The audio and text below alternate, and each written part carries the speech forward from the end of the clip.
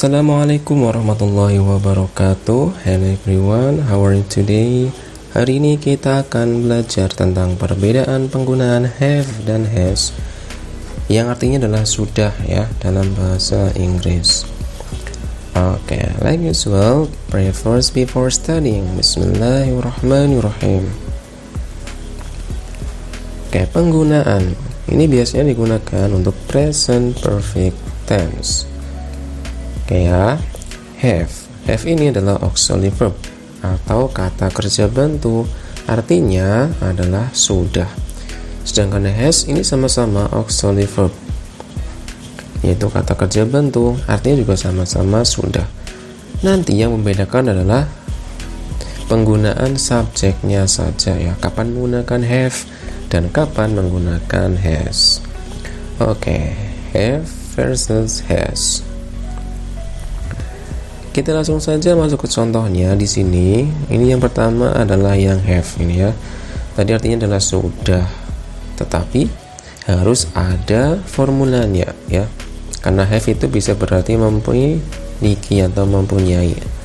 Tapi kalau di sini itu artinya adalah sudah. Ketika apa? Ketika digunakan dalam kalimat present perfect tense. Nah, have ini digunakan untuk subjek I, you, we, they, dan semua subjek jamak. Subjek jamak berarti subjek yang lebih dari satu ya. Untuk formulanya sendiri atau rumusnya, ini bisa digunakan untuk yang positif, subjek plus have plus verb 3 plus objek. Ini tuh yang positif ya. Jadi setelah have harus diikuti oleh verb 3 agar artinya menjadi sudah. Nah ini ya, lihat rumusnya tadi. Kemudian kalau yang untuk menanyakan atau kalimat tanya, kita bisa menggunakan have plus subject plus verb 3 plus objek.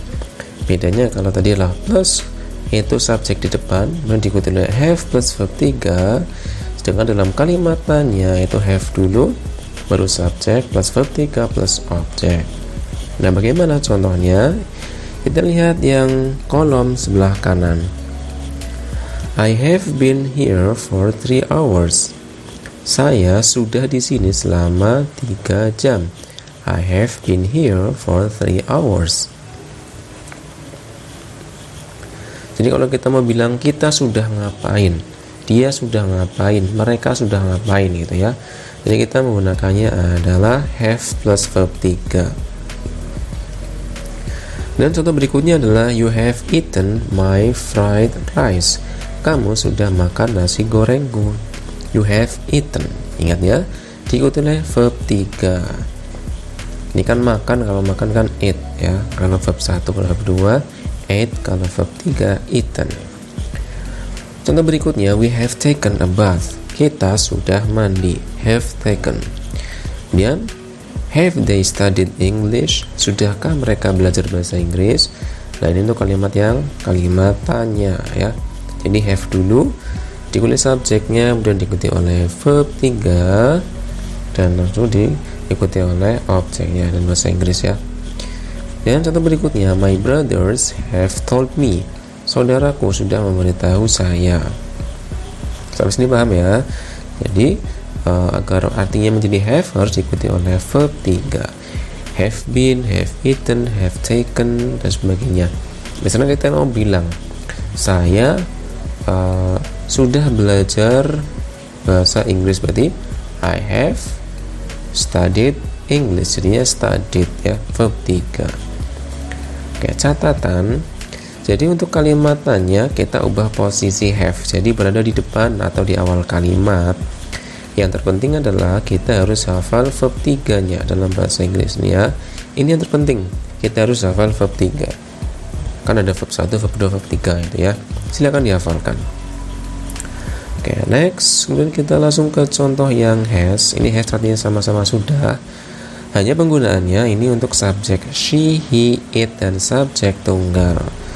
Subjek tunggal berarti untuk yang subjek satu saja ya. Dan bisa nama orang biasanya. Oke, kita lihat sini formulanya. Ini bisa untuk plus dan ataupun kalimat tanya. Ini sama seperti yang tadi. subject plus has plus verb 3 plus object. Ini untuk yang kalimat positif. Untuk yang kalimat pertanyaan atau interrogative, kita menggunakan has plus subject plus verb 3 plus object. Jadi ini sama rumusnya ya, hanya beda menggunakan has-nya saja dan kapan menggunakan subjeknya. For example, sini adalah she has watched that movie twice. Dia sudah menonton film itu 2 kali. Jadi kalau subjeknya she itu nggak boleh menggunakan have. Misalkan she have watched. Nah ini kurang tepat karena bukan menggunakan have tapi menggunakannya adalah has. Dan contoh berikutnya, sudahkah dia datang ke sini? Kemudian ada it has helped me. Dia sudah membantuku. Fatima has written 5 novels. Fatima sudah menulis 5 novel. Jadi ini sama ya dengan menggunakan have, hanya beda penggunaannya saja, kapan menggunakan subjeknya ya, ditentukan oleh subjeknya. Jadi kita tidak boleh menggunakan have untuk subjek Fatimah. Misalkan Fatima have written 5 novels, menggunakannya have, ini kurang tepat atau salah. Yang tepat adalah menggunakannya adalah has ini ya. Oke, sampai sini paham ya kapan menggunakan have dan kapan menggunakan has. Intinya kita paham penggunaan untuk have dan has ini dari penggunaan subjeknya dan diikuti oleh verb 3 itu saja.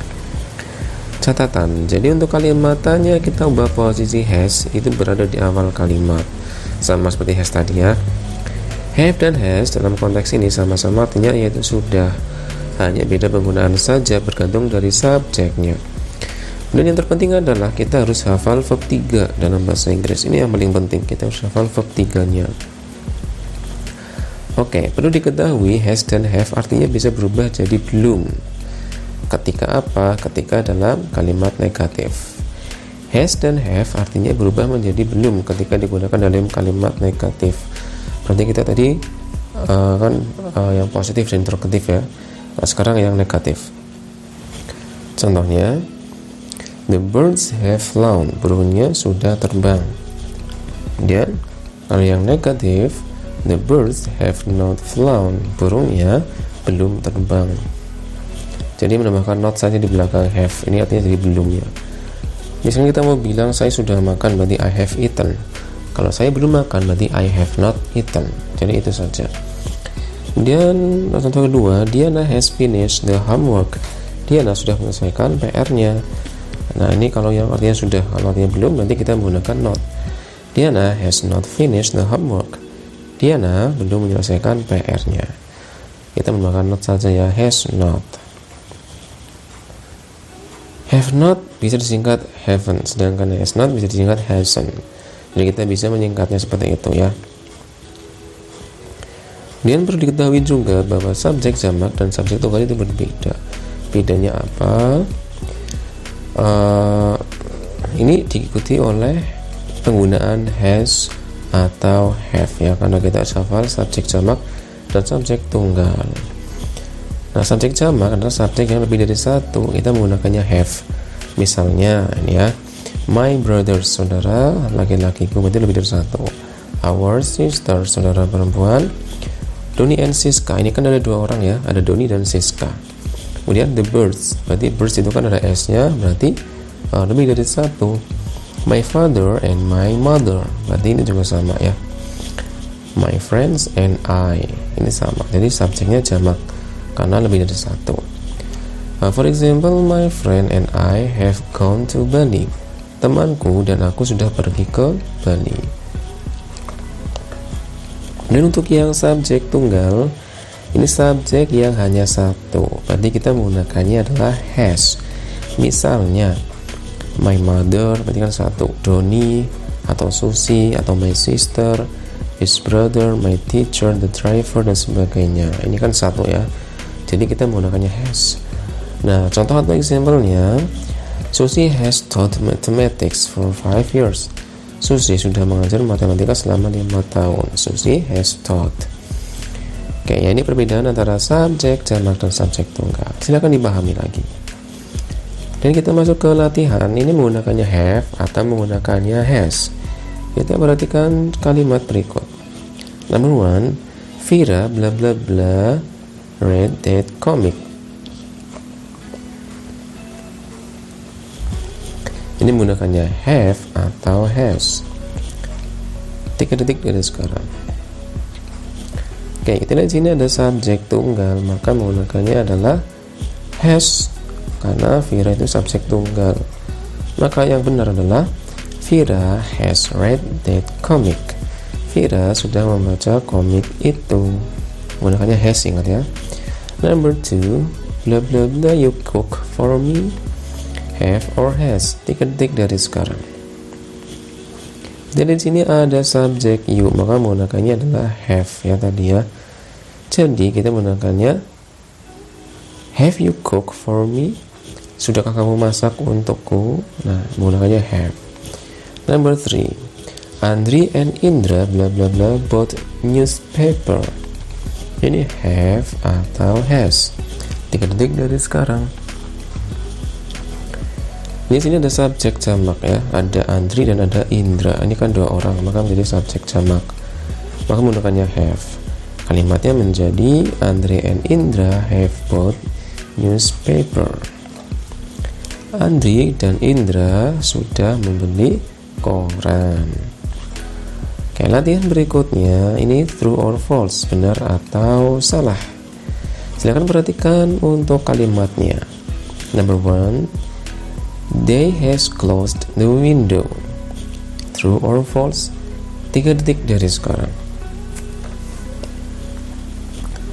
Jadi di sini ada subjek jamak yaitu menggunakannya they. Kalau menggunakan they maka have atau has kita harus menggunakannya adalah have. Maka kalau kalimatnya they has closed the window, ini yang kalimat salah. Kalimat yang benar adalah they have closed the window. Ini kalimat yang benar. Number 2, Afgan has brought that cat. True or false? 3 detik dari sekarang. Jadi di sini ada subjek tunggal Afgan ya. Kalau subjek tunggal kita menggunakannya adalah has. Afgan has brought the cat. Itu kalimatnya sudah benar. Afgan sudah membawa kucingnya. Number 3, Eva have learned English well. True or false? 3 detik dari sekarang. Di sini ada subjek tunggal Eva ya. Kalau Eva subjek tunggal maka kita menggunakannya adalah has. Kalau kalimatnya Eva have learned English well menggunakannya have. Ini kalimat yang salah. Kalimat yang benar adalah Eva has learned English well. Ini kalimat yang benar. Kita langsung masuk ke latihan terakhir di sini ya. Ada sebuah kalimat, Zahra have repaired the computer. Yang B, Zahra has repaired the computer. Bedanya adalah yang A menggunakan have, yang B menggunakan has. Ini artinya sama-sama ya. Kalau benar itu artinya adalah Zahra sudah memperbaiki komputernya. Ini kalimat yang benar yang mana? Yang Zahra have repaired the computer atau Zahra has repaired the computer? Menggunakannya has atau have ya. Silakan tuliskan di kolom komentar kalimat mana yang benar, kalimat A atau kalimat B. Akan lebih baik jika teman-teman bisa menuliskan alasannya kenapa memilih A, kenapa memilih B ya. Jangan lupa tuliskan di kolom komentar. Okay, thank you and see you the next video. Jika bermanfaat silakan bisa share ke teman-temannya. Dan assalamualaikum warahmatullahi wabarakatuh.